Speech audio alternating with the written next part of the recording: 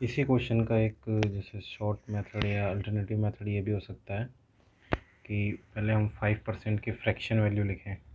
5% fraction value है 1/20। तो इसका मतलब है कि जो 20 अमाउंट है वो 21, जो 20 है वो 21 हो जाएगा। ये है, फिर उसके बाद में वो चुका देगा कितना, 3150 उसने चुका दिया। फिर अगले साल में भी जो रेट है वो 20 से 21 हो जाएगा, ठीक है। और ये जो लास्ट में उसने अमाउंट चुकाई है इसकी वैल्यू दे रखी है 4410, तो ये इसका 10 टाइम्स है ना, नहीं 21 टाइम्स है, 210 टाइम्स है ये इसका। तो ये अमाउंट भी 210 टाइम्स ही होगी। तो ये 210 से इसको मल्टीप्लाई करेंगे तो आएगा 420, ठीक है, 4200। अब ये अमाउंट यानी कि वो सेकेंड ईयर में वो लेके पहुंचा है, सेकेंड ईयर में इतनी अमाउंट है, उसमें से फिर ये रेट लग के इतनी चुकाएगा वो लास्ट में, है ना। क्योंकि सेकेंड ईयर में भी उसके 5% रेट लग के इतनी अमाउंट उसने चुका दी। तो सेकेंड ईयर में उसको चुकाने की अमाउंट रह रही थी वो इतनी थी, मतलब फर्स्ट ईयर ख़त्म होते ही इतनी अमाउंट चुकाने को रह रही थी, ठीक है। और सेकेंड ईयर ख़त्म होते ही फिर इतनी अमाउंट चुकाने को रह जो उसने चुका दी थी।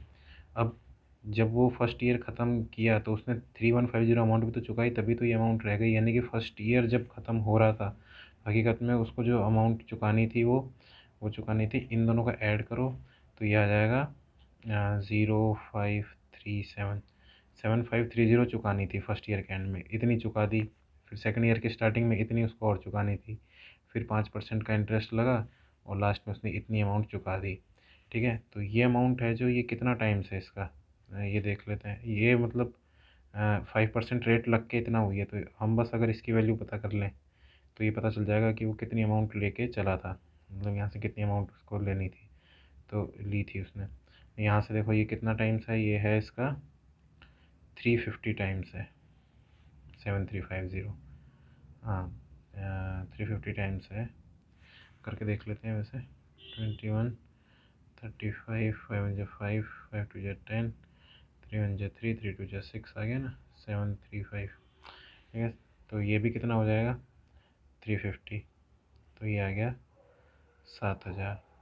यानी कि ये इतनी अमाउंट लेके चला था। यही हमारा आंसर है इस क्वेश्चन का।